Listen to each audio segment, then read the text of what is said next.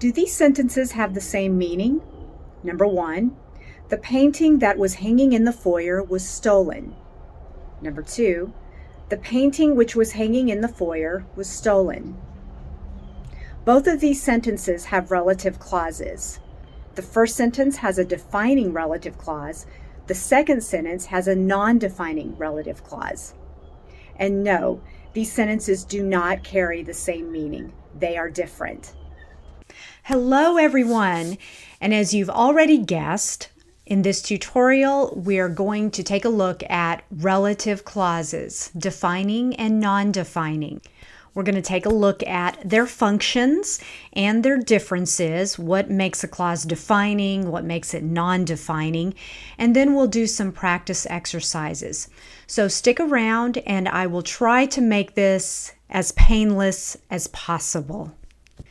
So for relative clauses, we begin with a relative pronoun. And a relative pronoun is a word that's used to connect a noun with an adjective clause.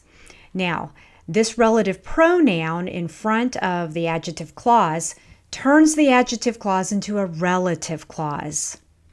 So what does a relative pronoun look like? Well, it's usually words like who, whom, whose. We could also use whomever or whoever. We can use when and where. That and which are also very common, and sometimes you might see why. Now, these relative pronouns, along with its relative clause, immediately follow the noun that they are describing. Now, in my opinion, this is one of the most important points to remember about relative clauses. They need to follow the noun that they are describing. Otherwise, the sentence is going to sound awkward or it may not even make sense. So placement of a relative clause is very important. It always comes after the noun it describes. So what else does this relative clause do? Well, it provides additional information about the noun. And so this is where we start comparing defining or non-defining relative clauses. So we can see the differences in this chart.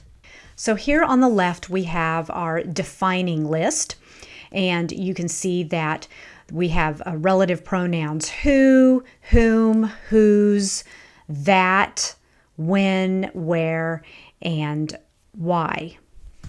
Now, if we see the relative pronoun that, we automatically know it's a defining clause. The relative pronoun that is not used in a non-defining relative clause. So you can see with defining and non-defining, we basically have the same relative pronouns. But with non-defining, you're going to see which instead of that. Now, defining relative clauses and non-defining relative clauses, they both follow the noun that they describe. This is very important. For defining clauses, they give essential information. That means that if we take away a defining relative clause, it's going to change the meaning of our sentence. Whereas a non-defining relative clause gives optional information. And if we remove the non-defining clause, it's not going to change how we understand the sentence. We can have it there or we don't have to have it there. It just gives extra information. It's optional. For defining relative clauses, we don't use commas. For non-defining, we do use commas. Now, if you find this chart helpful, I do have a link in the description below, and you can access this chart for your study. All right, let's take a look at some sentences with defining relative clauses. Number 1, the restaurant where we ate last night was very good. So first of all, where is our relative pronoun? Okay, it's where. Where we ate last night is the relative clause. And it comes after the noun restaurant because it is describing restaurant.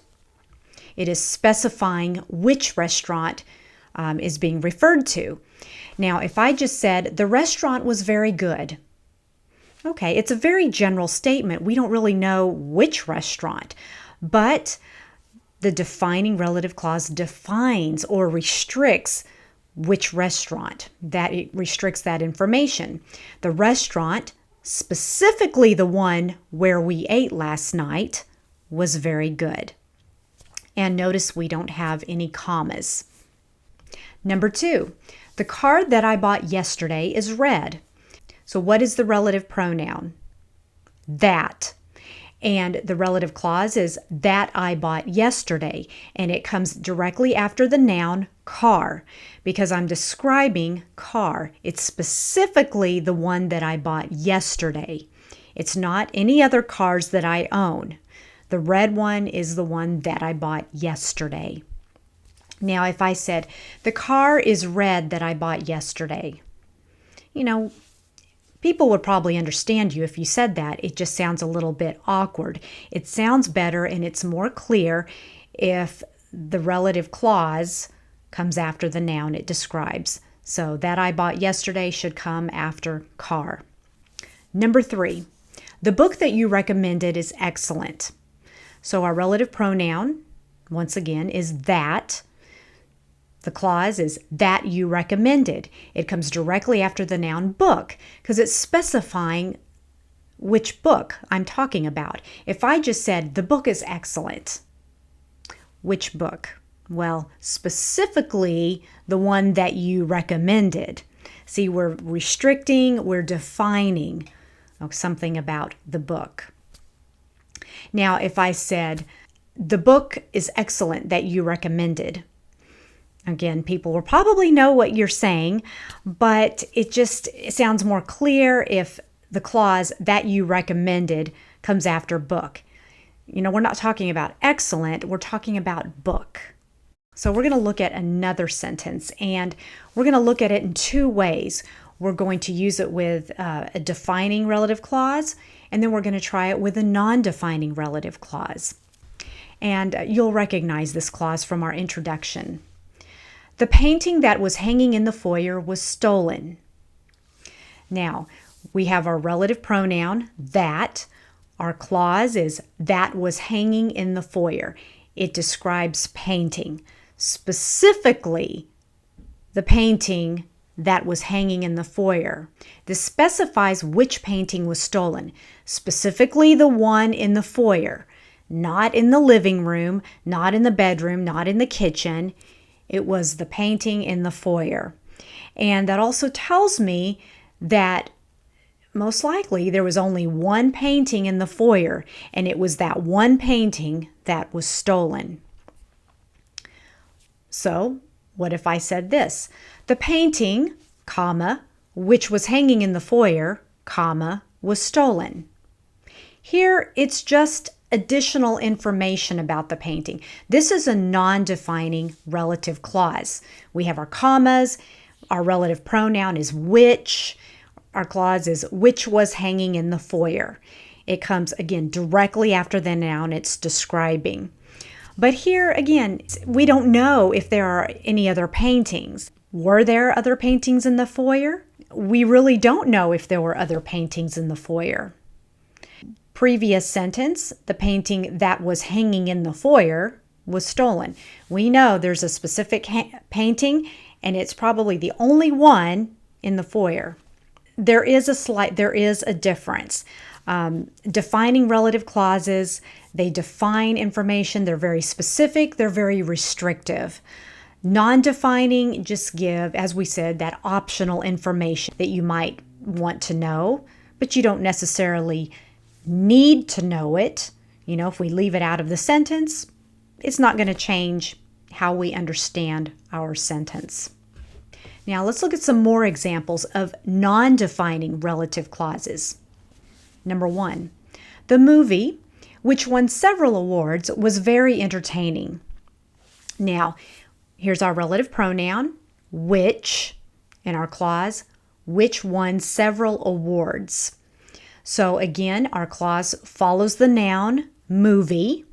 Okay, it still follows the noun it describes. And it just provides additional information. This movie won several awards. We don't know if other movies won awards too.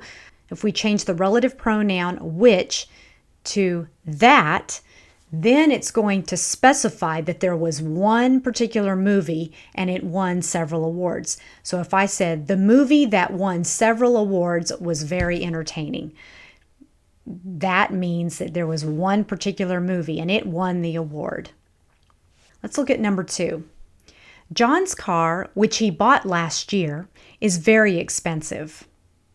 So which is the relative pronoun, which he bought last year. This is the relative clause. It comes after car. It describes car. It's just some extra information about John's car. It says which he bought last year. But if I change the pronoun which to that, then it does make it more specific. John's car that he bought last year is very expensive. Okay, so it's specifically the one he bought last year, as opposed to any of the other cars that he has bought in the past. So that makes it more specific. We're just shifting kind of how we want to express our message. Next, we're going to look at a couple of sentences and explore some of the options that we have for using relative clauses. Some of them, depending on the information that's given, we can write as a defining with defining relative clause or a non-defining relative clause. And sometimes we can switch the information. So let's look at the first one. We have 2 sentences and we're going to combine them. Now we have Mark Smith plays in a band. Mark Smith lives next door to us. So who's the main focus of these sentences? Mark Smith, right? And there's 2 things about Mark Smith, 2 pieces of information. Well, the first one, he plays in a band. And the second one, he lives next door to us. Now, would it be correct if I said, Mark Smith plays in a band who lives next door to us? Is that correct? No, it is not. Because if I said Mark Smith plays in a band and then I have my relative pronoun and clause who lives next door to us after band, that's wrong. Because it's not the band who lives next door to us, right? It's Mark Smith who lives next door to us. So I could say Mark Smith, comma, who lives next door to us, plays in a band. Now, we can switch those pieces of information. Okay? Mark Smith still stays the same focus. We still say Mark Smith.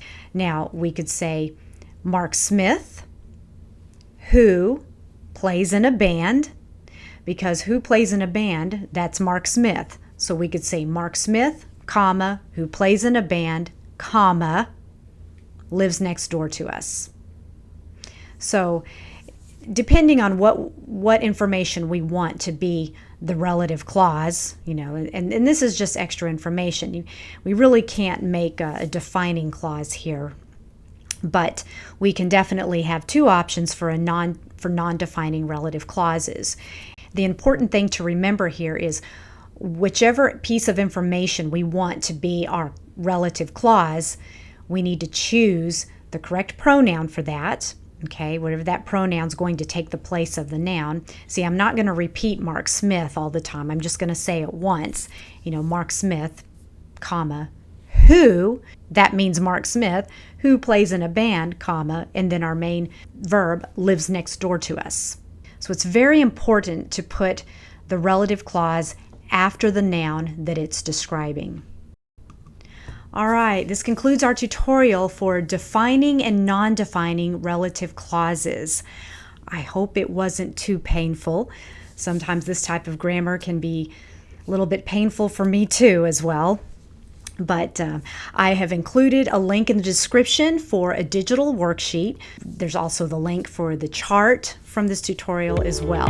So I'll see you next time, and happy learning, everyone.